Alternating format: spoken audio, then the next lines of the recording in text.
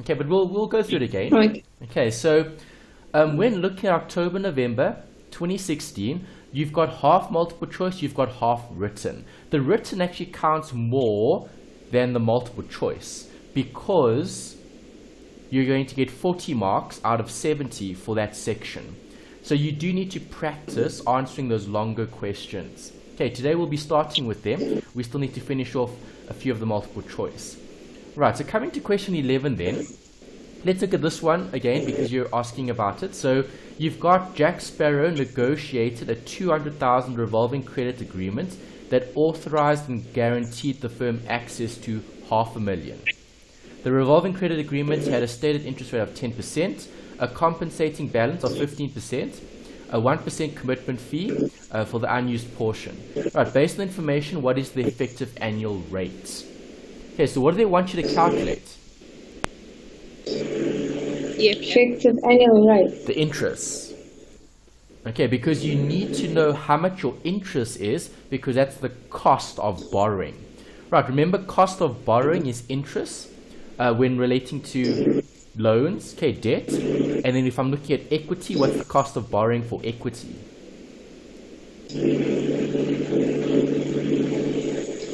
Cost of borrowing for equity is what? That's what you're going to have to pay out for your... And what do we call that for equity? Isn't it... It's a dividend. Debentures? Dividend. Okay, the cost of equity is a dividend. The cost of a loan is interest. Do you agree? Yes. Okay. Yes, okay, great. Right, so we're looking at this company. Obviously, you've got revolving credit. So just to recap the theory, remember revolving credit is a line of finance that you have available that you don't have to always apply for. Because when businesses require credit, they need to apply for it. Because the bank obviously needs to establish your risk. They need to look at, are you able to pay back that particular loan? And that obviously affects the company in terms of time. So the company doesn't want to waste time by always applying for a line of credit. Okay, so when you need credit, then you have to apply for it. Because that application process can be quite long, and you might not always get the amount that you've wanted or you've applied for. Okay, so what Jack has done here is they've negotiated revolving credit. So that means they have a facility that's accessible as and when the business requires capital.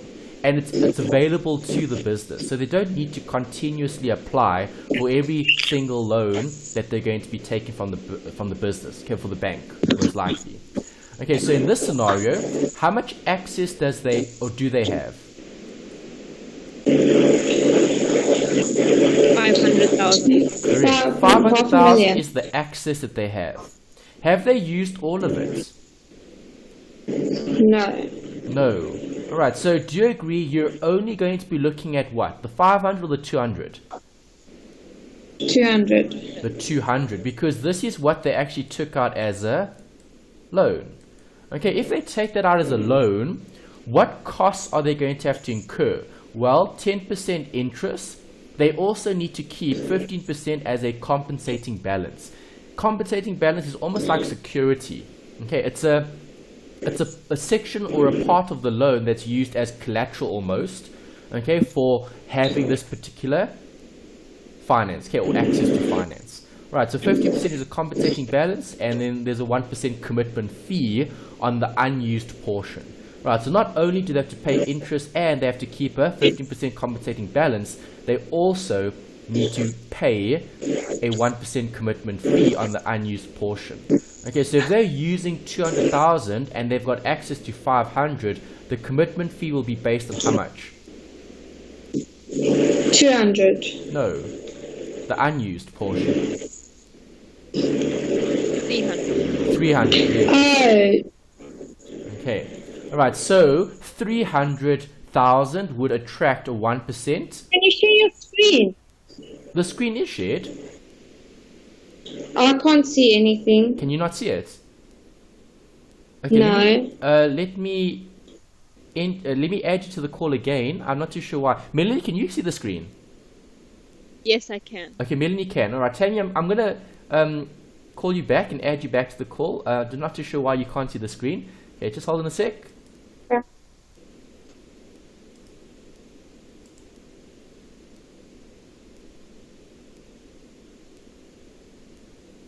Okay, Melanie, have you watched the other videos yet? I'm just curious. No, I haven't. Not I've got yet. some catching up to do. Okay, all right, because assignment 2 you have submitted, right?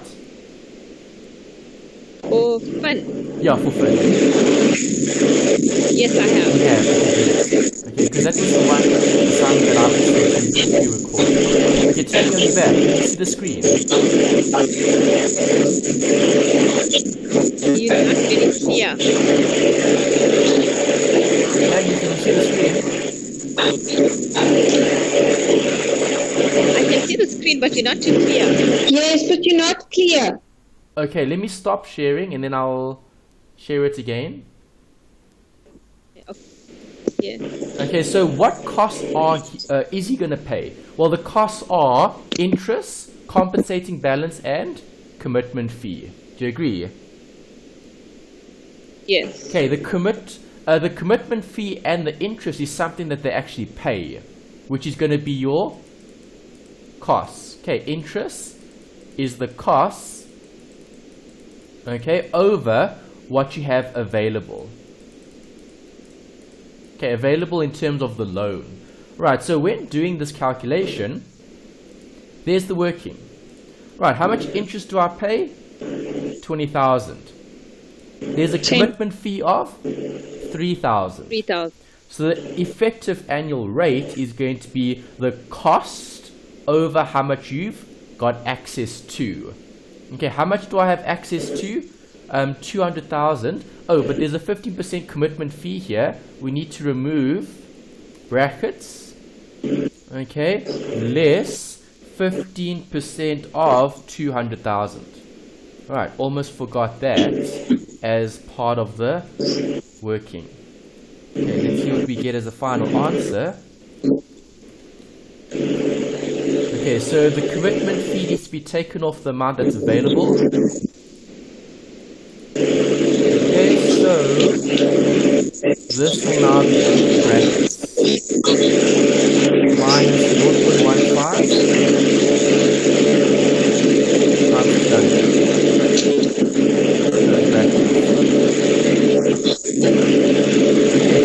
13.5%. Okay, so that should actually be option number 2, not option number 1. 13.5% is the effective annual rate.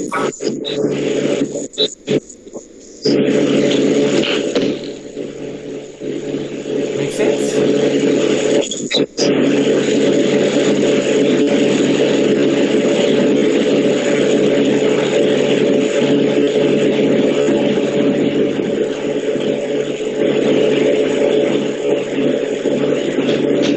Guys, make sense?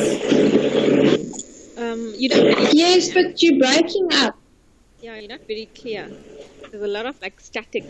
Yeah, the static is coming from Tammy. Tammy, there's background noise coming from your line. Let me see, check my connection. Yeah, the connection looks fine.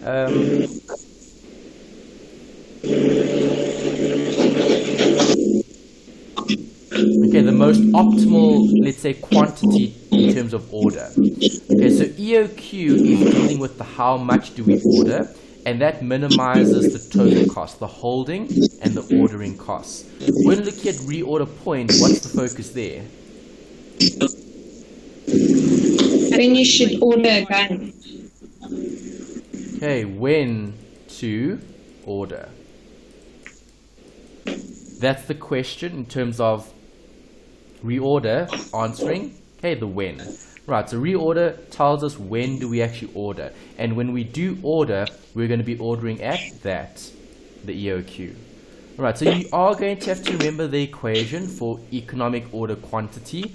Alright, EOQ, it's that square root 2 times the demand times the order over the holding. Okay, so I need that equation. Let's get the equations.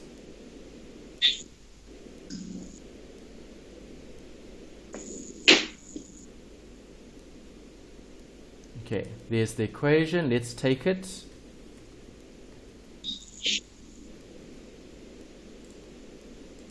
and let's put it in our working.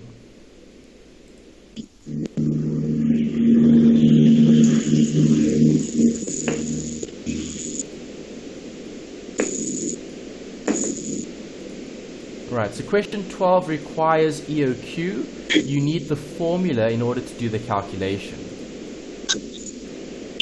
Right, so there's the equation. EOQ equals square root 2 times the units times the ordering divided by the carry.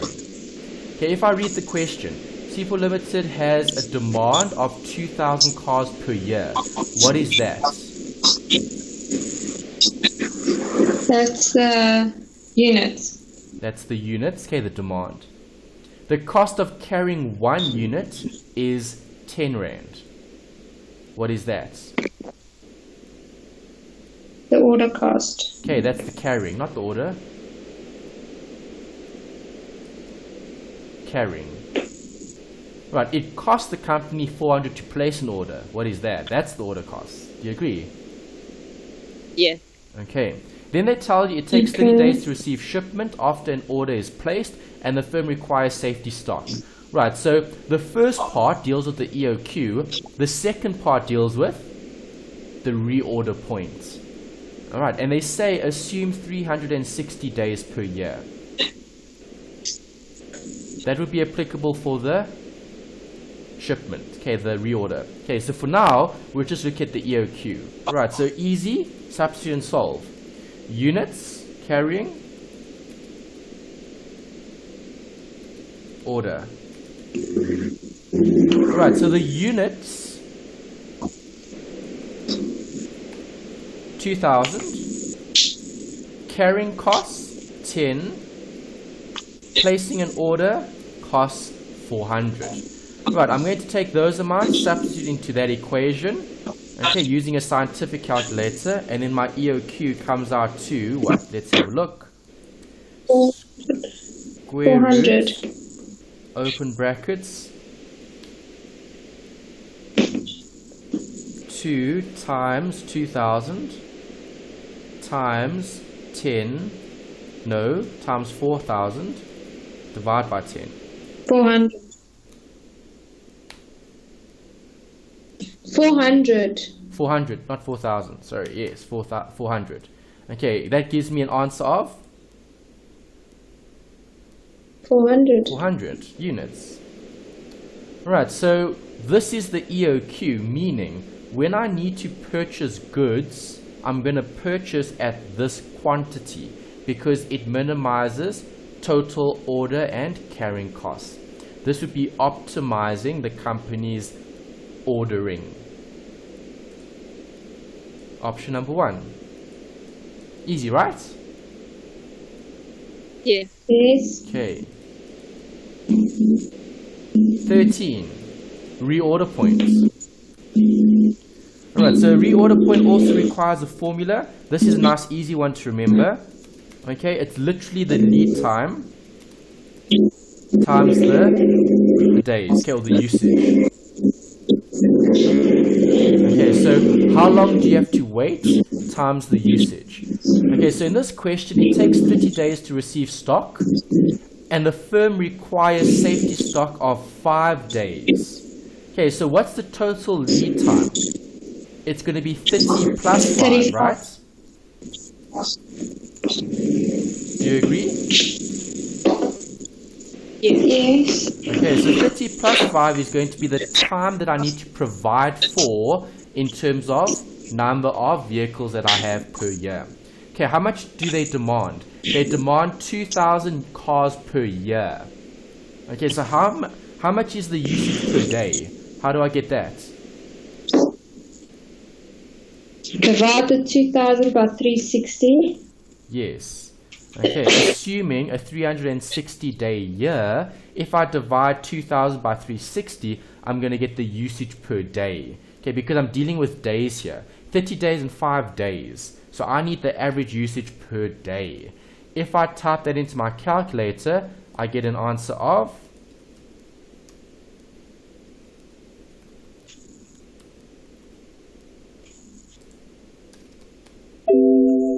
194.44. Yes, that's correct. Okay, we would round this up or down. Down. No, always up. Okay, because you can't buy a fraction of a unit. Okay, so the last unit would be rounded up. Okay, so ordering. Same thing with EOQ, you'd round it up. Okay, so reorder point, I would round it up. You could round it down though. If you do round it down, then you're just going to order slightly ahead of time. Okay, did they round up or down here? Okay, here they rounded down, which is fine. Okay, because if you're rounding down, that means when the stock hits 194 units, I then place an order. Okay, I would rather place an order when the stock hits 195 units. Okay, because 195 units is when you're going to have to place an order, because you can't sell a fraction of a unit. Okay, because remember, what is reorder saying? Reorder is saying when stock reaches 194,4 units, then I place an order. Okay, if it reaches 194, it's too late because you needed 0.4 of a unit. Do you agree? Yes. Okay, so the stock should be ordered when it hits 195. Okay, so when stock levels So isn't it ordered earlier? that is ordering earlier. If I order when stock is 195, I'm ordering earlier rather than waiting for one more item to be sold.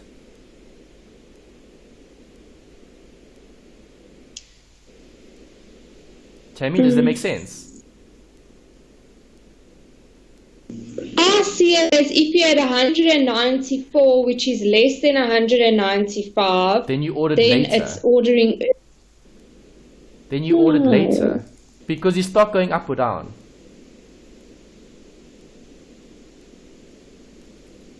Down. Yes. Okay, so if stock is decreasing, what's going to happen? It's going to start at 2,000. Okay, then it's going to decrease. It's going to decrease to 1,000. It's going to decrease some more to 200. It's going to decrease some more to 195. And then it'll decrease again to 194. So am I placing the order earlier or later?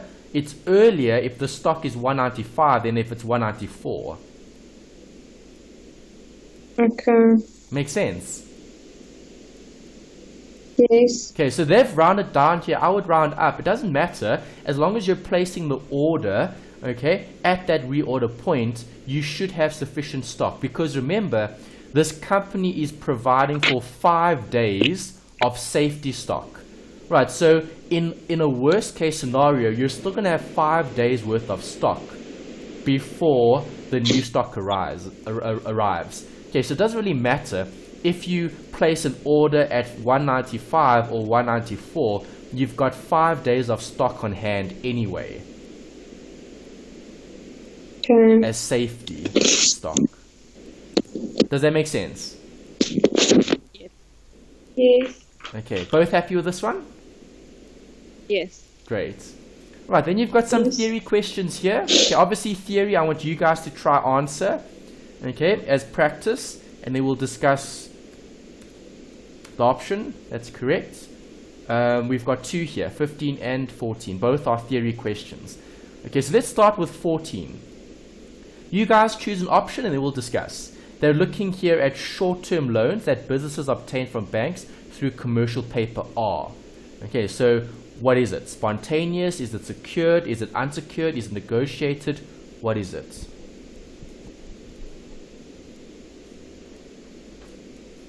I'll say option 1. Okay, Melanie's getting with option 1.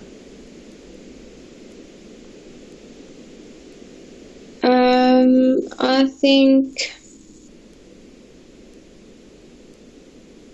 also 1. Also 1. Okay, so if we look at commercial paper, remember all of these different instruments are covered at the end of the textbook. Okay, the last few chapters. Remember, this particular unit only covers 3 of the chapters in the textbook. Okay, obviously the textbook is a lot bigger. Okay, but scope-wise, it's limited to 3 chapters. Okay, and sections from the chapters. Right, so make sure you are comfortable with the theory in the actual textbook. Right, commercial paper is a form of financing consisting of short-term unsecured promissory notes issued by firms with a high credit standing. Okay, so commercial paper is short-term, okay? Is it spontaneous? Is it negotiated? Which do you think, spontaneous or negotiated?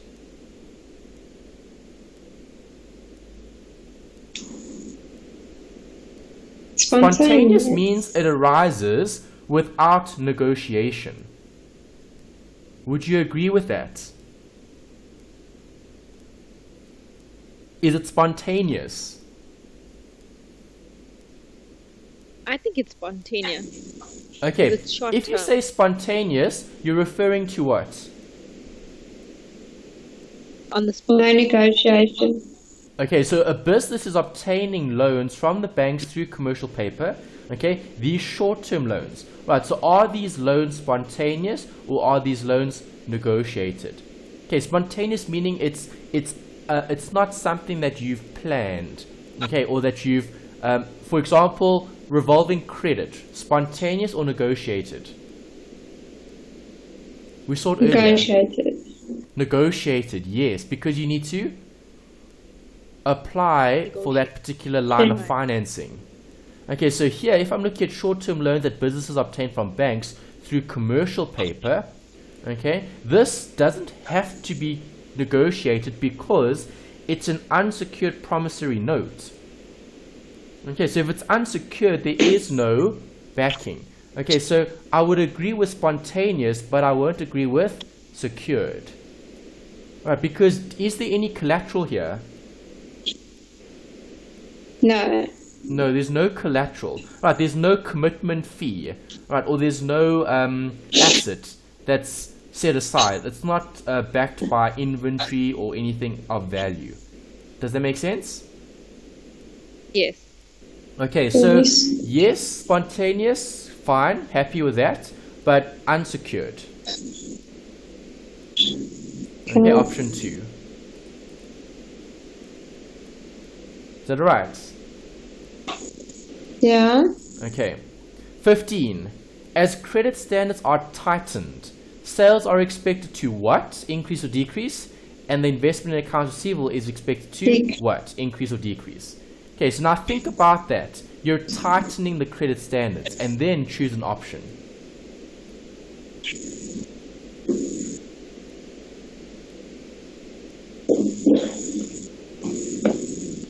Melanie, which one do you think?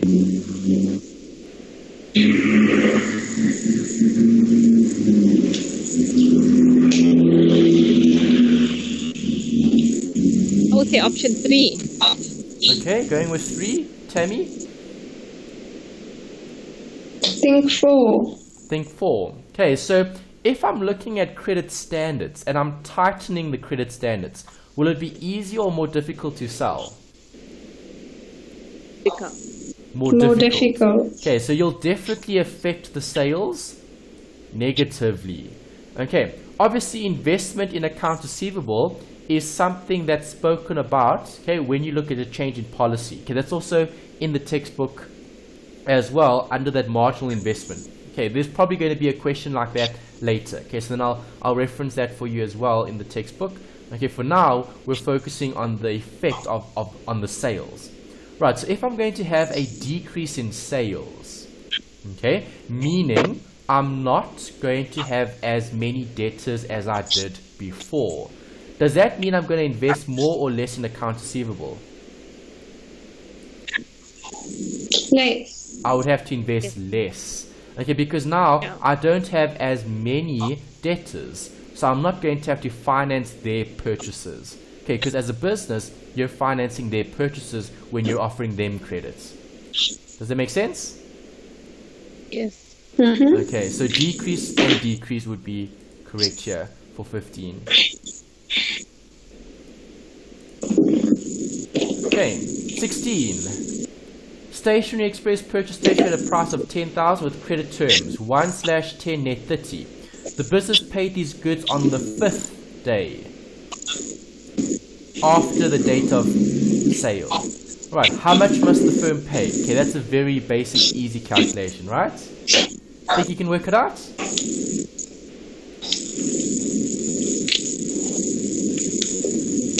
Can you guys work this out? I can't remember that.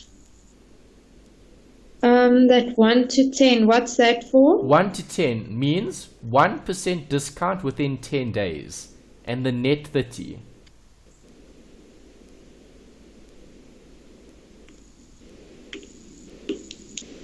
Is that okay?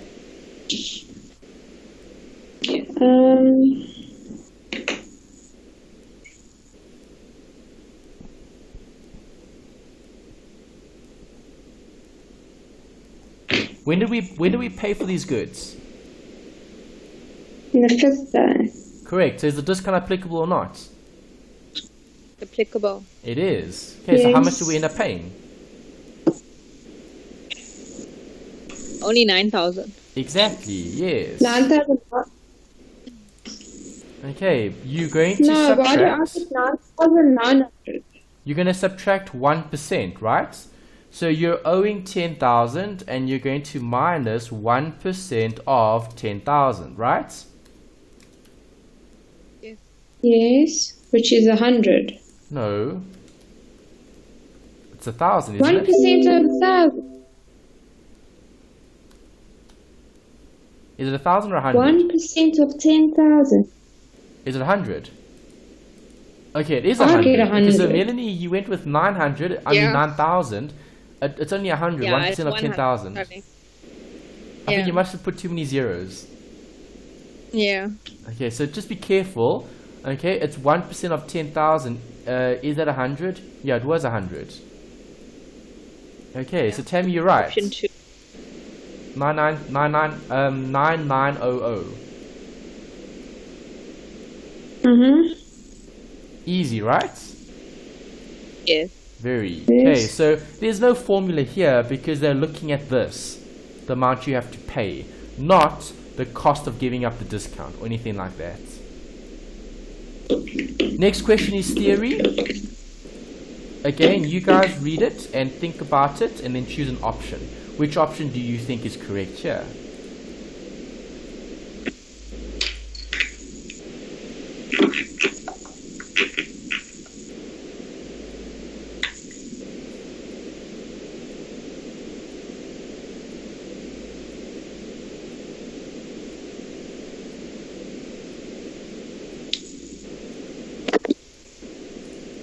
Alright, what did you guys go with? 3. Yes. Okay, an age analysis. Okay, because do you agree debtors will have a different, let's say, age? Okay, the age of your debtors. So you could either have debtors paying after 30 days, 60 days, 90 days, depending on the scenario. Okay, so the technique that they're looking at here is analyzing the proportion of each type of account that has been outstanding for a specific period. Okay, so you would group all your 60-day debtors, you'd group all your 30-day debtors, you'll group all your 90-day debtors, right? And then you'll have an amount, okay, a percentage of. Okay, so a percentage of my debtors pay within 30, within 90, within 60, depending on what you're analyzing. Happy with 17? Yes. Yes. Good. 18. What's the focus here?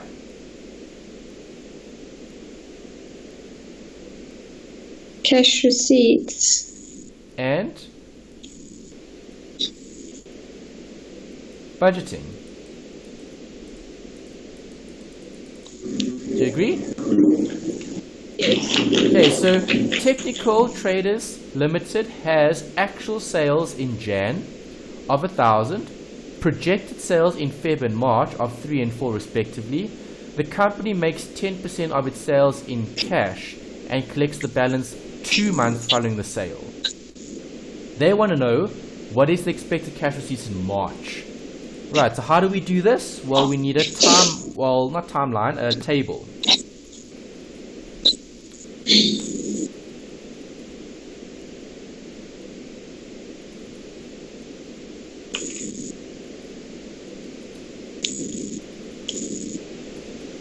Okay, Jan, Feb, March. Okay, we're looking at sales. Alright, so how much did I sell in Jan? 1,000. 1,000. Feb, 3. March, 4. Okay, if I'm looking at January sales, when do I start collecting January sales? In March. Well, I collect 10% in January. Do you agree? Okay. And when do I collect the rest? In March. In March. Okay, the balance in March. Okay, so this minus that. Okay, February. How much will I collect in Feb? 10%. Do you agree? Yes. And the rest in April.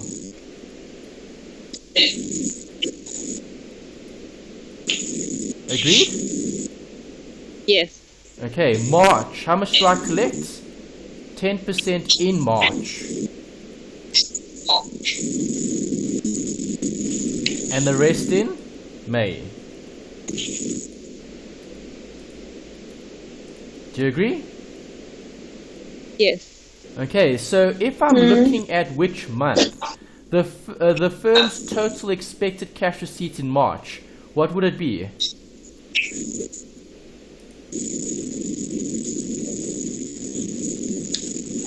It's 1,300. 1,000? 300. 300.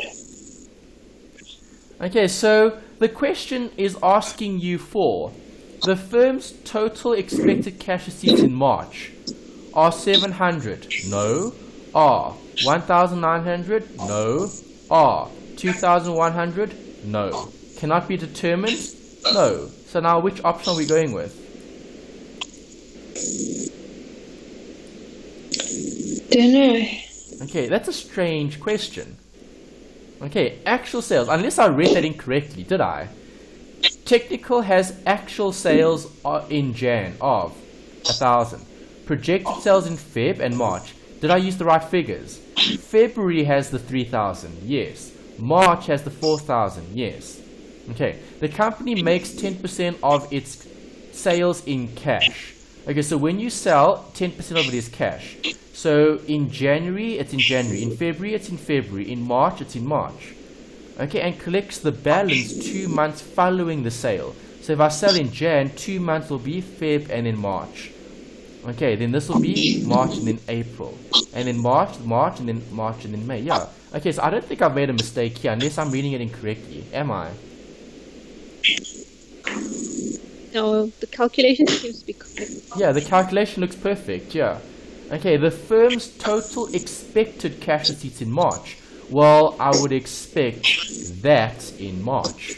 I would expect 10% of January sales. Not 10%. I would expect 90% of January sales in March. And I would expect 10% of March's sales in March.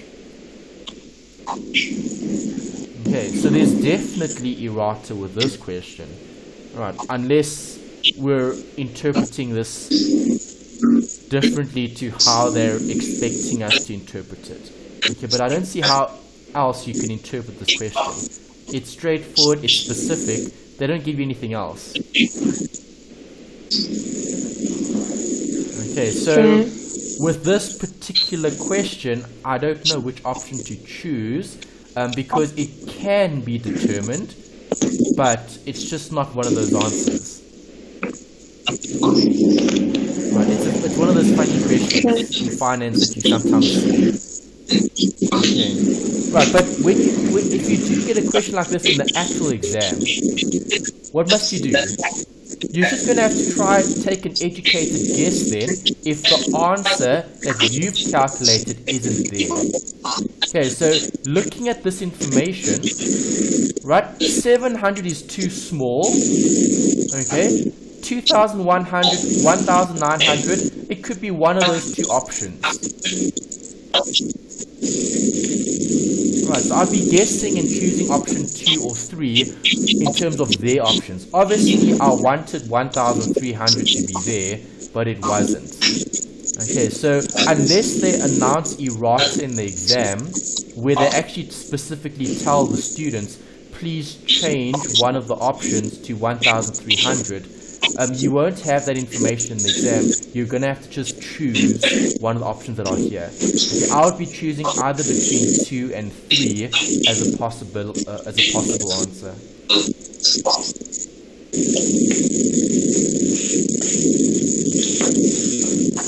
Is that okay? Yes. Right, 19. Kit Kat had sales of that last year, including cash sales of 25. If the ACP is 36 days, the ending balance of accounts receivable is closest to what? Question mark. What must I do? Well, take the 265 minus the 25 that was paid cash. That brings you to 240,000. Okay, so The do you average agree? I need to find the credit sales. Yes. Yes. Okay, so credit sales will be total sales less cash sales. Okay, so that's correct. Let's start there. Okay, so 265 less 25. 240. Is that alright so far? Yes. Okay, they said if the average collection period is 36 days, the ending balance of accounts receivable is closest to. Okay, so what does that mean? What does the ACP give us? 36 days. The ACP gives us the average number of days that debtors are going to be outstanding for. Do you agree? Yes. Okay, so how many days in a year? 360. 365. Oh. Okay, I'm not going to assume 360 because they didn't mention that, so I'm going to use 365 divided by 365. Okay, I get 23671.23. Okay, if I do use 360 days, does that give us a closer answer? Let's check. Sometimes they do use it and then they don't tell you to use it. Let's see. Then I get 24,000.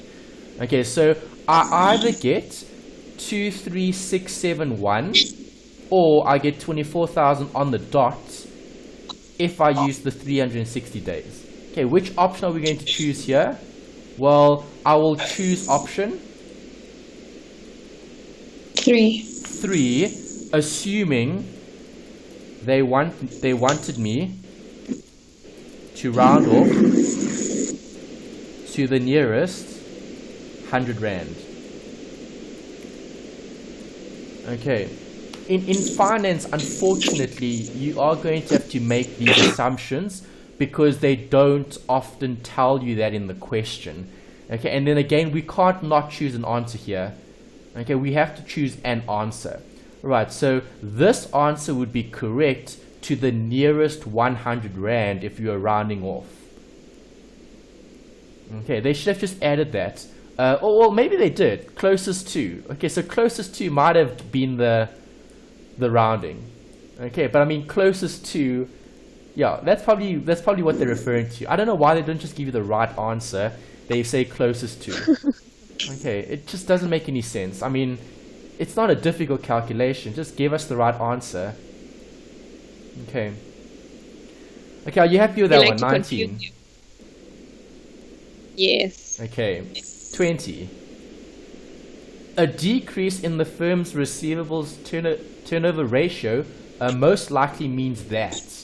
Okay, so when you see something like this, I think I mentioned this in the second assignment. Okay, when I did the second assignment for you guys, I spoke about inventory turnover, and then I spoke about receivables turnover because that was something that came up in the assignment, but it hasn't come up anywhere else. Okay, it's not in the textbook. Okay, so receivables turnover is just a separate working altogether when you're looking at debtors and 365 in terms of the ACP. Okay, so let me write this down first. Inventory turnover. Okay, what is the inventory turnover ratio, guys? Do you remember? How soon you get rid of your inventory? True, yes. Okay, so that's the theory behind it. Okay, what is the actual formula? Cost of goods sold divided by inventory. Okay, that's inventory turnover. Okay, so inventory turnover is COS divided by INV. Okay, that gives you the inventory turnover. Okay, then you've got average age of inventory. AAI is the 365 divided by the inventory turnover ratio. Okay, that's what they've given you. Right, so when looking at this, a decrease in the firm's receivable turnover ratio, this is looking at the ACP. Okay, so the ACP and the receivables turnover ratio would be linked. Okay, so let me put up that assignment again. This one. Okay, let me show you that working. Where was the inventory turnover? No, not that one. There, receivables turnover. There's it. Okay, so this is the equation that they're using. I'm going to put that up here as well again. Receivables turnover, okay, is your ACP equals your 365 over your receivables turnover. So receivables turnover would be equal to the 365 divided by the ACP.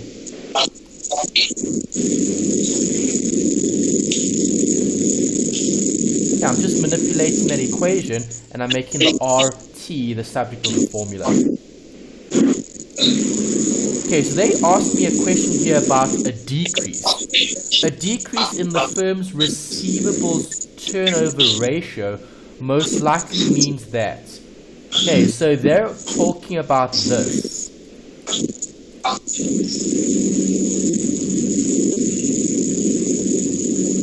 The RT. Okay, if the receivables turnover ratio is going to be decreasing, what's going to happen here? Well, RT is going to decrease. That means, is your ACP bigger or smaller? Smaller. Bigger. Bigger. If I have a bigger ACP, I'm going to have a smaller RT.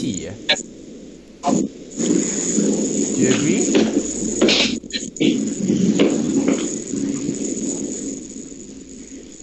Do you guys agree? Yes. Okay, so if the ACP is bigger, am I collecting credit sales slower or more quickly? Slower. Yes.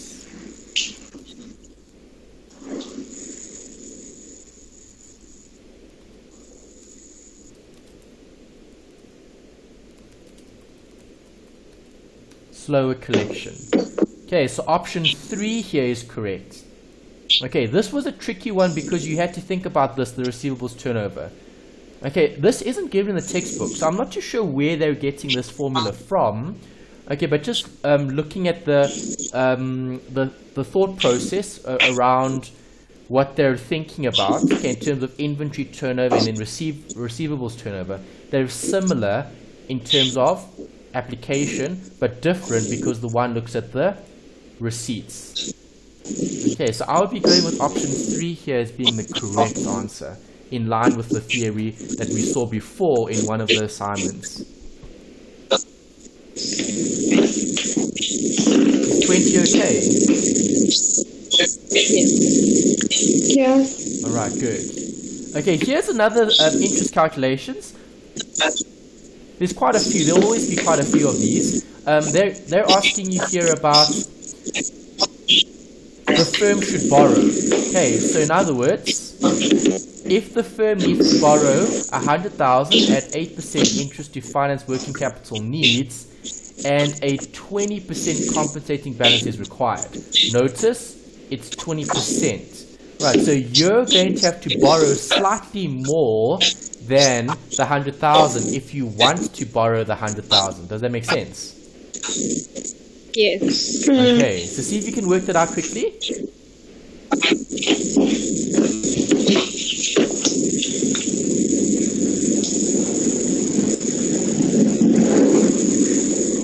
Is it option 4?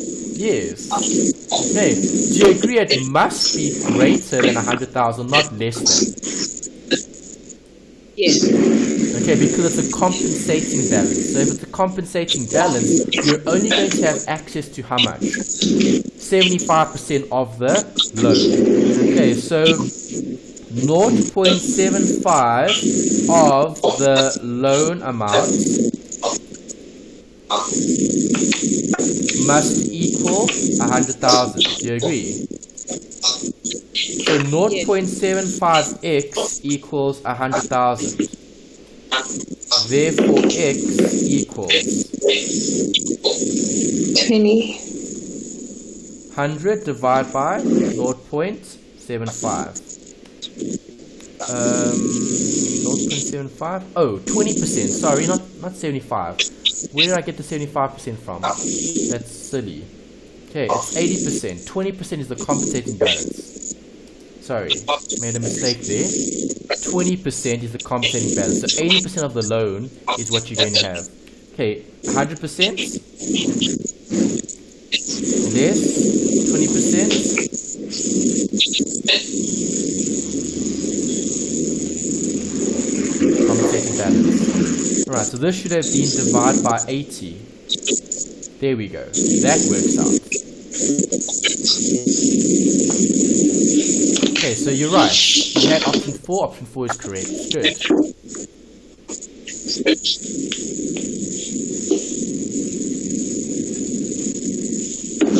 Happy with this one? Yes. Yes. Great.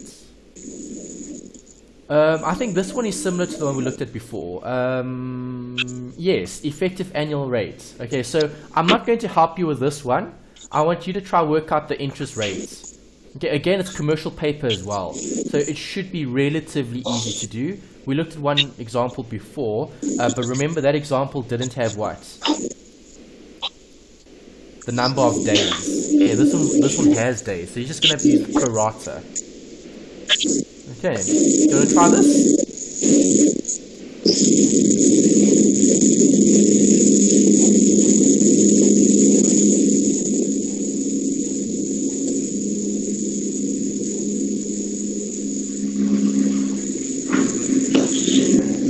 Okay, do you guys have the interest? We need that, do you agree? No. We need the interest, right? Yeah. Okay, so how do I get the interest? Okay, Melanie, give us the working.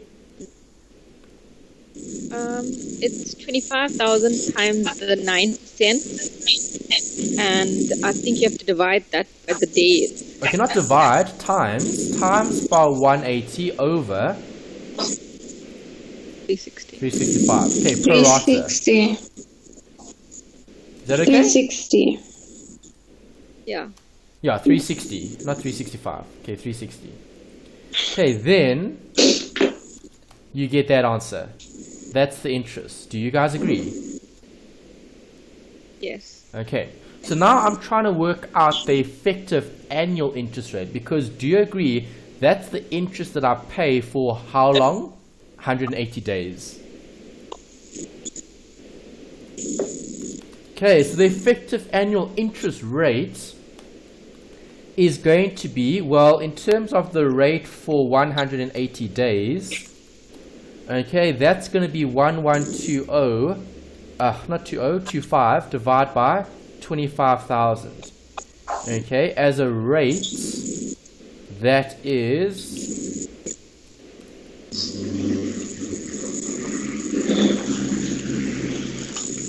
4.5%. Okay, that's the rate for 180 days, not for the annual rate. Okay, because now the annual rate is going to take the number of days into consideration.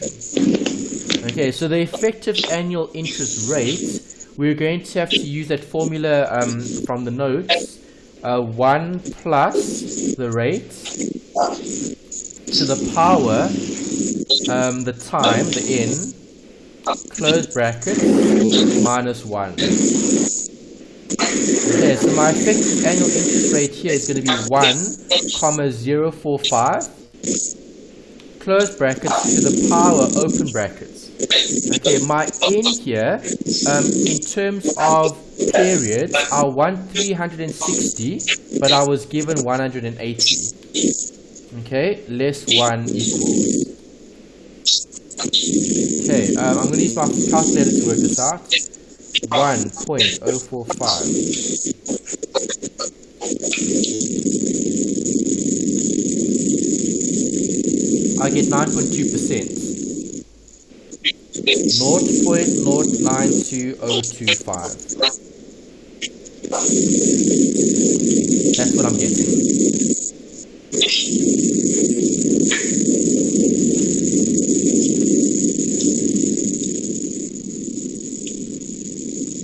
Okay, there's no rounding here.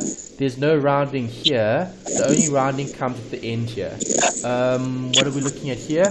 Term borrows 25,000 from Pumba Bank at 9% based on the information. Okay, interest is paid in advance. Okay, so if interest is paid in advance, then this is a discount loan. Okay, so then I should subtract the 1125 from the denominator. So this is now going to become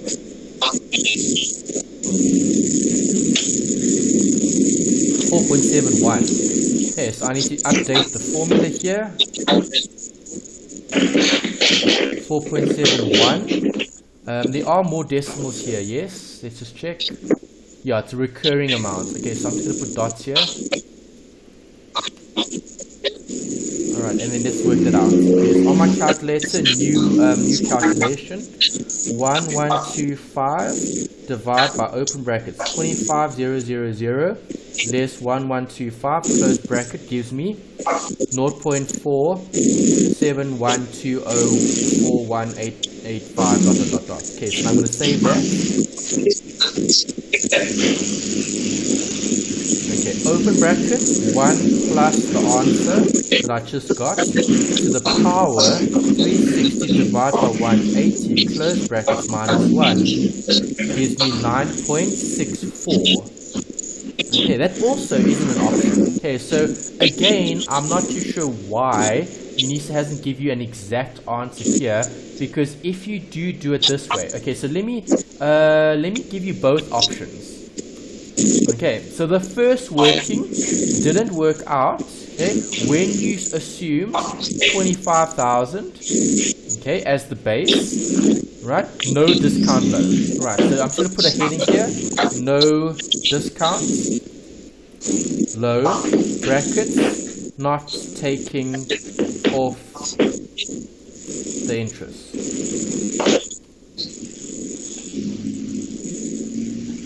Okay, that was the first calculation. So let's put those figures back. 4.5. Okay, so that answer is fine as is.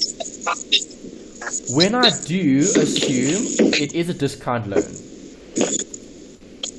Okay, so now we've got discount loan.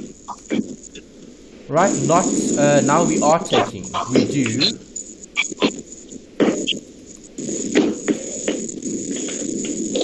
Take off the interest. Okay, this would be the preferred answer.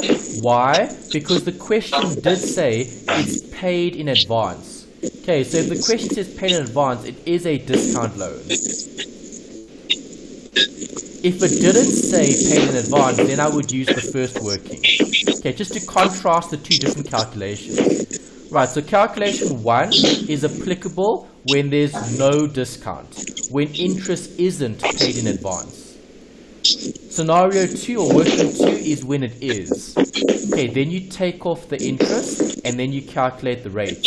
Okay, when I did that, I got on my calculator 0.0964 6117157 ... Okay, that's what I got when I assumed a discount interest. Okay, this is the answer I want.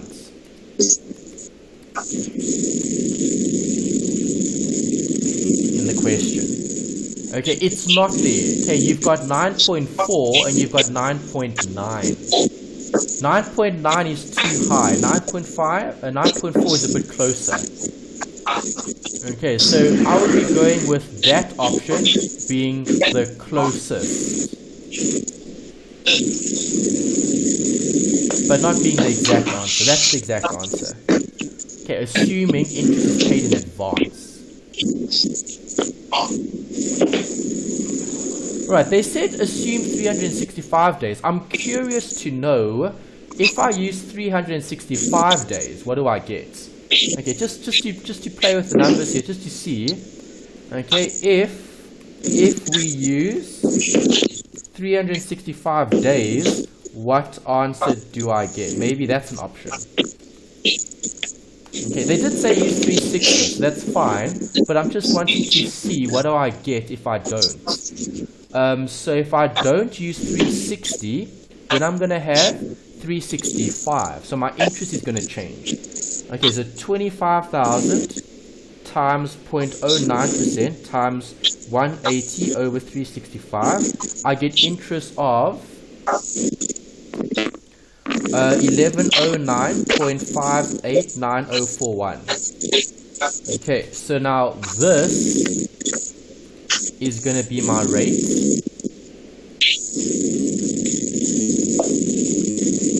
And now I get 4.709. Okay, then I'm going to put that into here. 4.70909. It's actually going to be very close. I don't think it'll be much of a.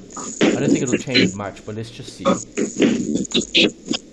365 over 180. What does this answer become? Let's check. Alright, so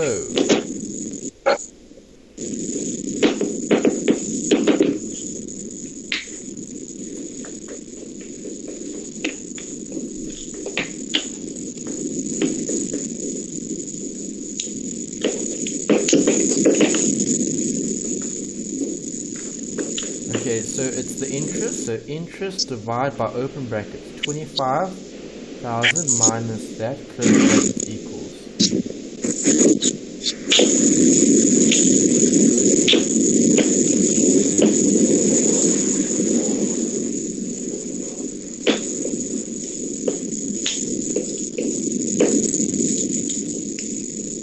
Okay, I get 4 points. Ooh, hold on a sec. This was. Did I use the right interest? Let me check.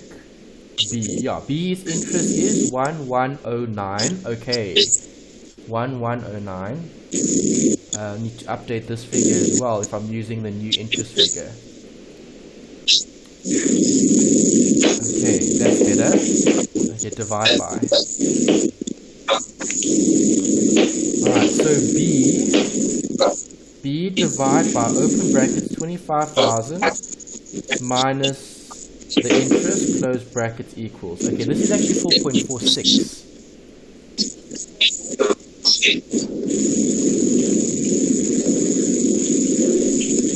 Update the interest. There we go. That's better. Okay, 4644. Okay, so now I'm going to take that answer. Plus 1. Shift store. Okay, open brackets, alpha C to the power 365 divided by 180, close bracket minus 1.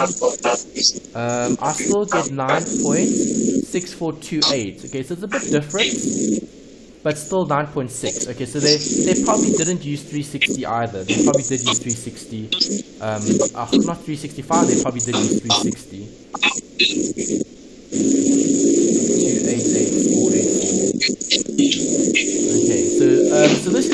get if you use 365 days? Okay, just another working. I'm trying to see what could they have done to get one of those options. Okay, so I don't know, okay, how they got those options there, okay, based on the working. Right, and we're doing this correctly. Okay, you could even reference the working, let me find it in the textbook.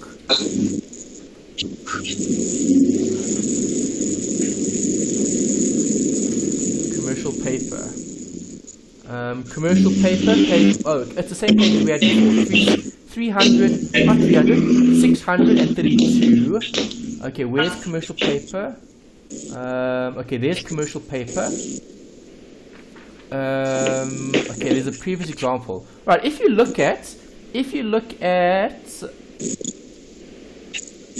the example on page 629, they talk about commercial paper. There's a single payment note here, can be obtained by a bank. Okay, you've got G Manufacturing borrowing 100,000, okay, at 9%, and this was a 90-day note. The interest here was given as 1.5 above prime. Prime was 9%, so you had 10.5%. Okay, so in the example in the textbook, 10.5% times the 100,000 times the 90 over 365 gave you the interest. Okay, then you take the interest and you divide it by the loan, which is what I did in the first example, okay, because that wasn't paid in advance. Okay, see, that's what I did in the first example. And then you have to do that working to get the effective annual rate. Okay, 1 plus the interest rate to the power 365 over 90. Okay, less 1. Yeah, so I'm not doing this incorrectly. Okay, I'm doing it in line with the textbook theory. This is how you should calculate interest, okay, for this particular form of loan. Okay, you can even look at 629 bracket example.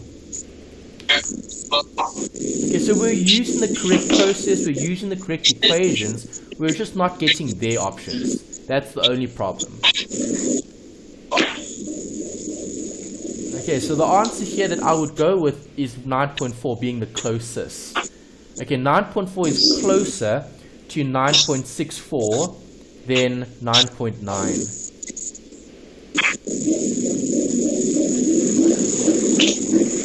Is that right? Yes. Okay. Yes. Alright, theory here, question 22. Thoughts? Simple? Easy to answer?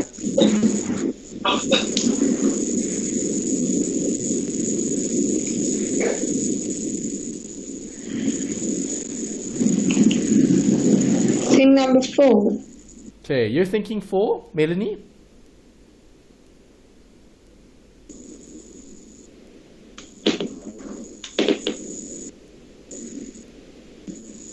I'm actually glad I did this example with you because you can actually look at it and you can answer the question. Right, here we had no discount. Okay, so this is interest not paid in advance. This would have been interest paid at maturity. What was the effective annual rate? 0.092. Do you guys agree? Yeah. Okay, so now when I did pay interest ahead of time, i.e. a discount loan, if it was a discount loan, then what happened to the interest? Did it go up or down? It went up. So which answer is correct?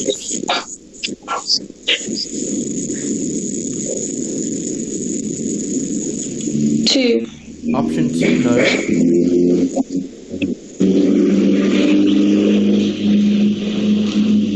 Which one? Option 3. Yes, option 3. Okay, because you can see this amount is higher than that amount. Okay, so it was actually worthwhile doing that working because now we can answer the next question based on that. Okay, and you've got the motivation why as well.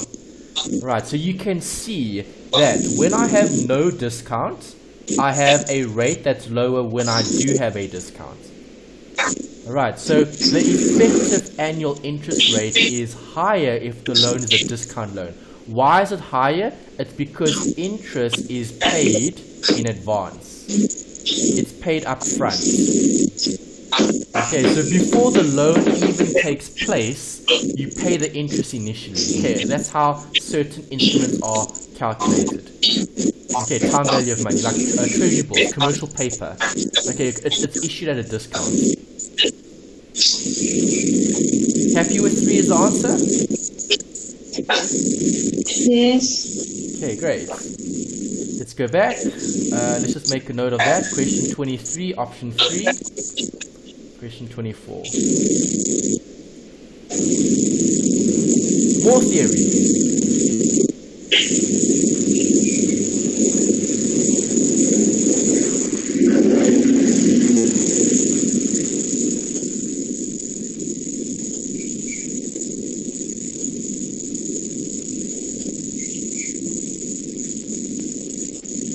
Option 3. Definitely, yes. Okay, 3 is the one that is left out. Okay, except for. Alright, so is sales volume looked at? Yes, because if I change my credit standards, I'll affect my sales. If I change my credit standards, I'll affect my bad debt. If I change my credit standards, I'm going to either have to invest more or less in accounts receivable. Good. Right, if you want to, you can see that longer. See the longer working in the notes. Okay, we went through that long example where we had to look at the change in sales, the change in bad debt, the change in accounts receivable. Okay, you don't look at the level of liquid assets. That's not applicable when determining the credit standard, okay, in terms of an increase or a decrease. Happy?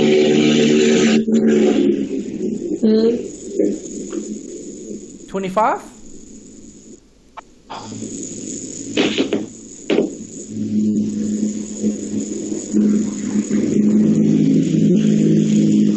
1. Okay, Yeah, I also think 1. Tammy? I also think 1. Also 1. Okay, so 1. here they're asking you about inventory in terms of the decision making. Right, so which of the following costs are not considered when making inventory decisions? Okay, machining cost, is that part of inventory? No. No. Okay, it's not going to be part of inventory because machining cost would be other operational costs, maybe the repairs and the maintenance. Ordering would be specifically associated with inventory, so would the carrying.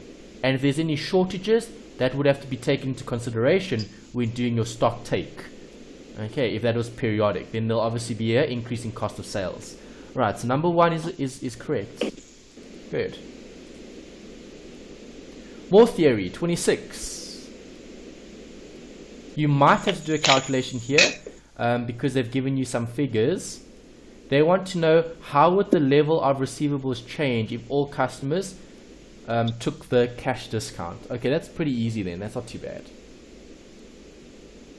Okay, so I'll give you guys a chance to think about it and then we'll discuss which option are we going with here for question 26.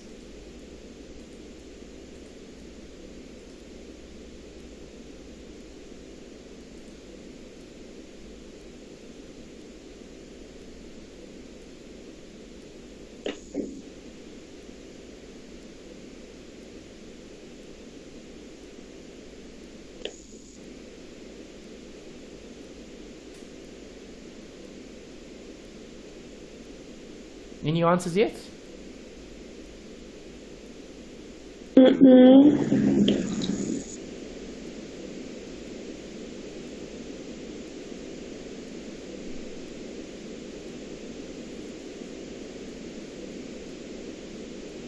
I think 2. Also think 2. Okay, good. Right, so do you agree in this scenario, you've got a firm offering a cash discount of 1.5%. Okay, just remember, Unisa doesn't put the commas here, so it's 1.5%, okay, net 35 days. Right, you know that a total of 62% of customers pay within the net period. Okay, net period meaning within 35 days. Okay, only 30% of the customers actually take the discount. Okay, and the last few pay within 45 days. Right, so now you're determining the effect if all the customers are going to use the discount. Well, if all the customers are going to use the discount, they're all going to be paying within 10 days. Is that going to reduce the debtors? Of course it will. Right, so it will definitely decrease the debtors. It will be lower than the present level. Okay, we won't know what the actual amount is, but it would definitely be lower. Nice, well done. More theory. Okay, lots of theory here. Okay, so 27, which of the following is not a tool for financial forecasting? Okay, this you can probably get quite easily. It's not that difficult.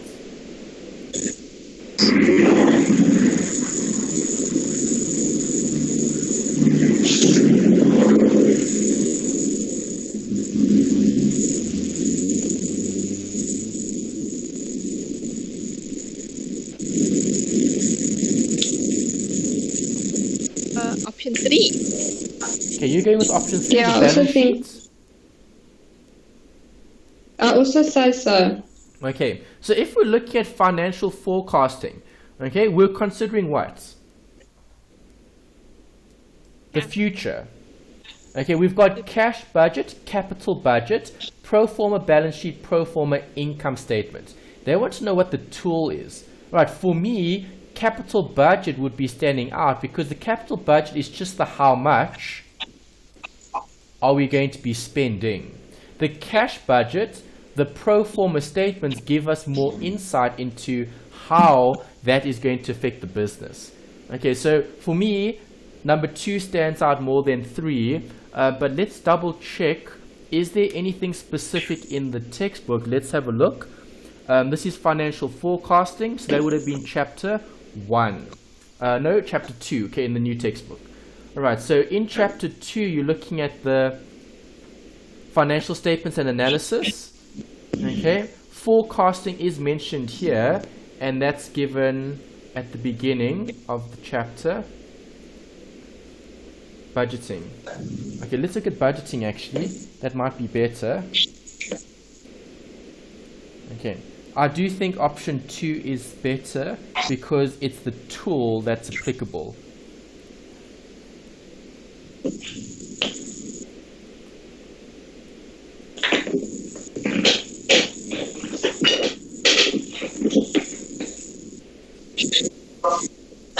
Okay, page 117 talks about the cash budget and pro forma statements is covered in more detail a few pages later. Okay, after the cash budget they discuss uncertainty with the cash budget, and then the pro forma comes up on page 124. Okay, capital budgeting is looking at capital. That was my gut feeling when I went with option 2. Okay, which of the following is not a tool? The reason why a capital budget isn't a tool for forecasting, because it doesn't look at the future, it's looking at what do you have currently that's available to budget for different projects. Okay, remember in FIN3701, you looked at capital budgeting. Capital budgeting was a section whereby you were determining whether or not to accept or reject certain projects based on the value that they're going to be creating. Right, the cash budget is something that is applicable when forecasting because you need to look at inflows and outflows. And if you're looking at pro forma statements, it doesn't matter what the statements are, this is what we think is going to happen. Okay, because it's pro forma. Okay, so we're drawing up balance sheets and income statements in line with what we think will happen. Okay, the capital budget is just resources that you have available that you're going to be allocating. That's it. Okay, there's nothing specific in the textbook that mentions that. Okay, but if I look at sections, okay, so capital budgeting is a separate section in a different module. Okay, the module you covered before this one, 3701. And pro forma statements are looking at forecasting, so that would be correct for that one.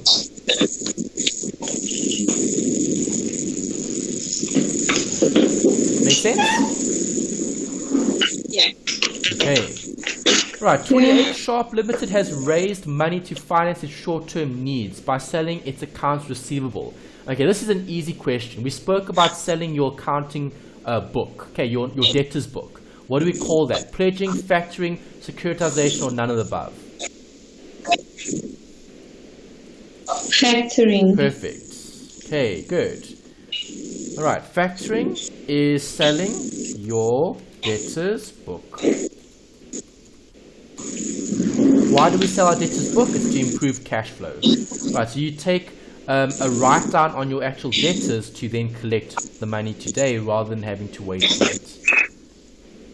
Okay, Melanie, happy with that as well? Yes. Great. Question 29 and 30, I think these are the last two. This was focusing on statements. Okay, so they gave you a statement of changes in equity. Okay, so we need to know a bit of our accounting, okay, to help us with this particular question. Okay, they said statement of changes in equity, but what did they actually give you here? See, this is so bad. Can you guys please correct their question for them? What is this? This looks like a balance sheet. Exactly. This isn't the statement of changes in Statement of equity. financial position. Yes, it's the financial position. Okay, I don't know how you can get that wrong, but anyway. Okay. Right, even in their question, they say refer to it. Oh, well, not financial position, financial statement. Okay, so luckily they didn't have that word there, because then I would have been confused. Okay, alright, so refer to the financial statement, which is the statement of financial position, because that's assets and that's total equity and liabilities. Right, so you guys know what those statements look like. Okay, because you've covered the accounts module before. Okay, so that should have been okay, right? We're just going to have to answer these questions. Current ratio.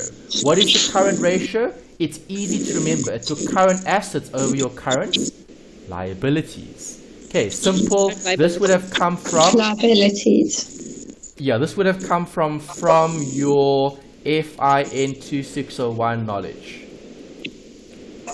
Okay, so again, we're referring to that chapter. Let me give you the reference as well. This is chapter 3. Yes. Okay, see chapter 3. Chapter 3 revision. Okay, they give you all the formulas.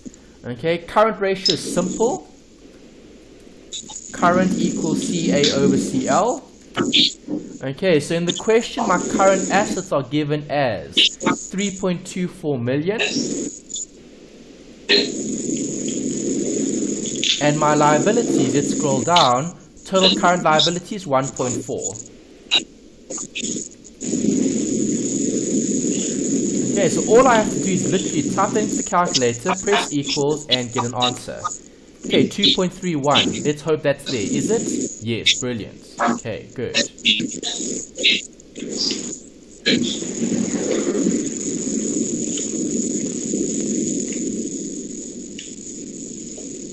Question 30. Refer to the financial statements. Now calculate the quick ratio. Okay, so how is the quick ratio different from the current? Well, remember, can I always sell inventory? Can I always sell inventory? No, I can't. Okay, so because I can't always sell inventory, what do? I take it out because it isn't always saleable.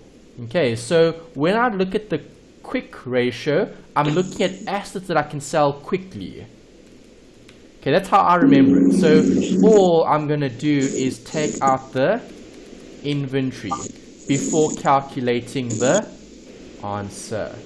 Okay, so I'm going to put a bracket here and I'm going to remove minus, what is the inventory here? 184,000. Close brackets. Okay, this gets typed into your calculator. And this is the answer that you get. Ooh, a nice round one. I hope that's not decimals. Let's check. Are there no decimals? Is it a nice round figure? Looks like it. I got one. Yes, looks like it. Okay, so your asset test ratio or your quick ratio is 1, meaning your current assets excluding your inventory exactly equals the current liabilities. Okay, no additional or no shortfall, no surplus. Okay, is 1 there? Yes, brilliant. And there's the quick ratio. Option number 1, quick ratio 1. Current assets minus current current assets minus inventory over current liabilities gives us that answer. Happy with that one? Yes. Awesome. Okay. And that covers all the multiple choice. Okay, so multiple choice, yes, is important in terms of getting, let's say, inverted commas, easier marks, okay, before looking at the longer ones. Okay, obviously section B is covering the bulk of the question paper, 40 out of 70. These are very long questions because you need to do several calculations. Okay, so that's 1, and then they gave you another one as well. Question 2. Right. Obviously, we're going to be focusing on workings. Okay, that's the important bit. Okay, so 1 question was out of 15, 1 question was out of 25. Okay, and there were 2 parts to this question. Okay, I want to give you guys some time to try work this out yourselves, just to see if you'd be able to work this out. Okay, and then we'll check it next week. Okay, I'll discuss the work. Okay, the week after actually, because next week is the public holidays. Okay, so let me go through key points that you should be thinking about. Okay, and then we'll discuss workings later on. Okay, for now, let's understand what the focus is. Okay, exam technique is important, NB. Right, what must I do? I need to understand what the focus is. That's the key. Okay, so question 1 says, the following information applies to Ngufuti Trousers Limited. Okay, MT is a BEE company dealing in women's clothing. Okay, the company is considering factoring its accounts receivable. Okay, you know what factoring is, right? What is it? You sell your company. Selling it. Correct, selling your debtor's book. Okay, its account receivable due to poor collection efforts by its credit department. At present, the company's annual sales amount to 27 million, and it's all on credit. The factoring house has offered the following terms. The house will change a service facility of 1% of gross turnover and a finance facility charge of 9% per annum on accounts receivable in advance. At present, the average collection period of M is 30 days. Okay, so do you agree? This relates to what?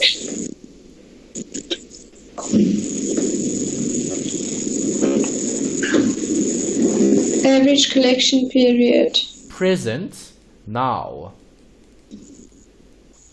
Because remember, they're looking at a change in the credit policy. Okay, so you're looking at now and proposed.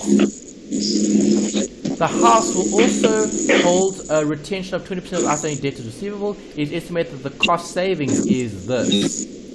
Will occur if the company as a result of the factoring house administration in accounts receivable, M can obtain overdraft facilities at the opportunity cost of 11%. Okay, so do you agree this company wants to do what? Sell its debtor's book. If they sell their debtor's book, there's going to be a cost saving, but there's also going to be other things that they need to consider because you're giving up a portion of your sales. Okay, 27 million is all on credit. So that's your debtors. Okay, if you're going to be factoring your debtor's book, you're going to be selling a portion of it, but you're going to be receiving the cash today. Okay. I like the way that they've laid this question out because they've separated it into different points, so you know what they're wanting you to calculate. Right, because to give you one question, okay, for 25 marks is a bit unfair because you don't know where you're going to be getting marks for in terms of working. Right, so 5 marks is allocated to this. distinguish between non-notification basis and notification basis with regard to pledging of accounts receivable. Right, this is theory. Okay, it's literally theory that comes straight out of the textbook. It comes from the chapter that looks at the change in credit policy. Okay, so that's theory. We'll discuss what the differences are later on. Okay. Number 2, calculate the effective cost of factoring this company. Notice there's a lot of marks here, 16%. Okay, so what must I be looking at here? Well, I need to be looking at the current situation, and I need to look at the proposed, which is what? The sales, the factoring. Okay, so if I'm looking at the effective cost, because I'm looking at financial management, do I look at relevant costs? Yes. Yes, I do. Okay, so let me ask you this. Is an opportunity cost a relevant cost? Yes. Yes, it is. Okay, so anything that you lose out on is considered a relevant cost. Okay, so remember to consider, it's almost like new versus old. Okay, when you guys did FIN3701, okay, you would have looked at new and old, and you would have looked at the incremental cash flow. Right, the same thing would apply here because you're looking at factoring. You're looking at the current scenario, i.e. no sales of your debtors, and then you're looking at the proposed where you are going to be selling your debtors.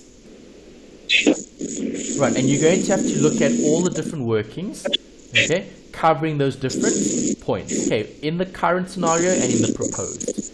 Okay, just something for you guys to think about when you do approach this. Good exam technique is to write down and to calculate anything that's applicable in this scenario. Okay, so when they talk about something as simple as 1% of gross turnover, do I write down 1% of gross turnover and give an answer? Yes. Definitely. Okay, because I don't know where Eunice is going to be giving you marks. Okay, so you need to be able to generate a solution that is so comprehensive that there's no question mark about anything. Okay, you literally cover everything possible. Okay, because we know in this particular subject, okay, finance, okay, FIN, the FIN modules aren't very, let's say, well managed in terms of the academic department at UNISA. So you need to really do your best to make it as hard for them to not give you marks. Okay, because you write down everything possible from the question. Okay, that's the biggest tip I can give you in terms of this. Okay, focusing on exam technique. If there's any amount anywhere, write the amount down in the actual answer and even state what it's for, and then do workings in relation to the information that they've given you. Okay, because marks will be given for that. We won't know where they're giving you marks. Okay, alright, so I'll discuss all of this in detail when we cover it. Okay, I'm just giving you the thoughts around what you should be thinking about. Okay, try the questions, see how you do, and then obviously we'll go through the workings. I'll discuss it with you, I'll tell you what workings stand out for me, and what we should be writing down and working out, okay? Okay, that was 1.2, and then you've got 1.3, which was just your decision. Okay, so do you recommend factoring the accounts receivable? Okay, when will I recommend something? When you benefit from it. Correct, when the cost is less than the benefit. Okay, or the risk is less than the reward. Okay, so something as simple as that would be something I would discuss in terms of theory, because they said explain why or why not. Okay, so it's 4 marks. So normally UNISA should give you marks here irrespective of whether or not you got 1.2 correct or not. Okay, so maybe you made a few mistakes in 1.2, but you got a final answer in terms of the cost. Okay, in 1.3, based on your answer, would you recommend factoring accounts receivable as a viable option? Okay, you can either say yes or no. and then you're going to have to motivate. Right, so depending on what you've been given in the question and in line with your workings, you're going to come to a conclusion. Alright, and then I'll either say yes, I will because this, this, and this, or I'll say no, I won't because of this, this, and this. Okay, it's for 4 marks, it's short, it's not a long question, but it's based on what you've got there in question 1.2. Alright, and then the last one, just to give you guys some guidance in terms of how to approach this question before we look at it together. Okay, question 2 is crisscross. Okay, a credit manager has been asked to investigate a proposed change in the firm's credit terms. Right, so notice here they're looking at the credit terms. Okay, so this is that example in your textbook and in your notes. Let me reference it as well while we're discussing it. Let me just find the page for you.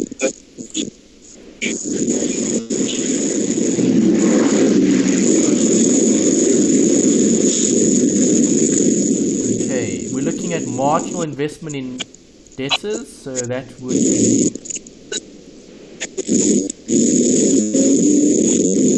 marginal cost, benefit analysis, investment decisions, 364, or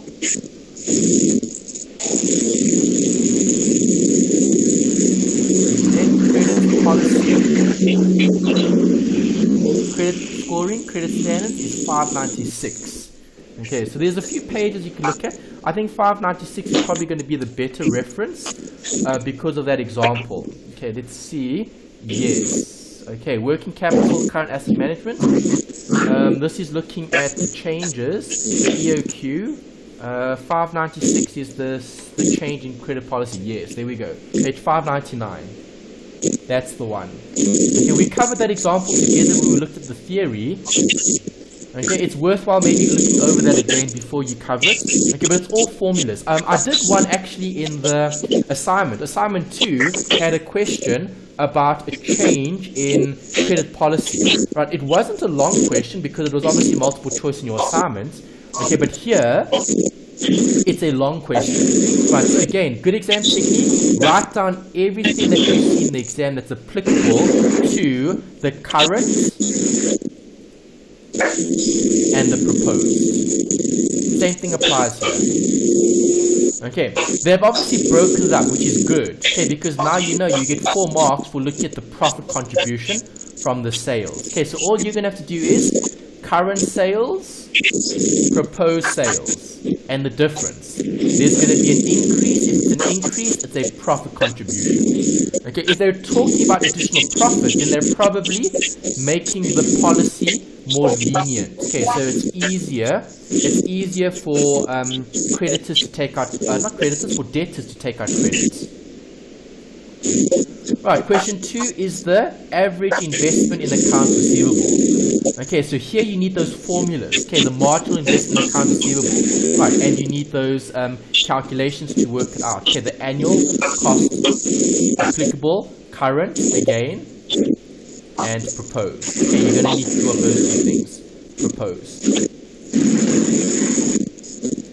Okay, what else they give you? Okay, bad debts, again, same thing as well. Current and proposed. And what else? And that's it. Okay, so 3 questions looking at, they didn't ask for the net one in this question, no they didn't. Okay, sometimes they do, sometimes they don't. This question was shorter than some of the others that I've seen in other past papers. This question only carried 15 marks, and they separated nicely into profit contribution, and then your average investment in accounts receivable, and then your bad debts. Okay, so similar to the way that you've done it before in terms of the different sections, they just haven't looked at the net effect. Okay, so there was no decision criteria here in this question. Right, so do you think you guys can approach that? Question 1 and 2? Yes. Okay, try it, see how it goes, see what workings you can do for those 2 questions, and then we'll discuss and look at it in detail when we meet again. Okay.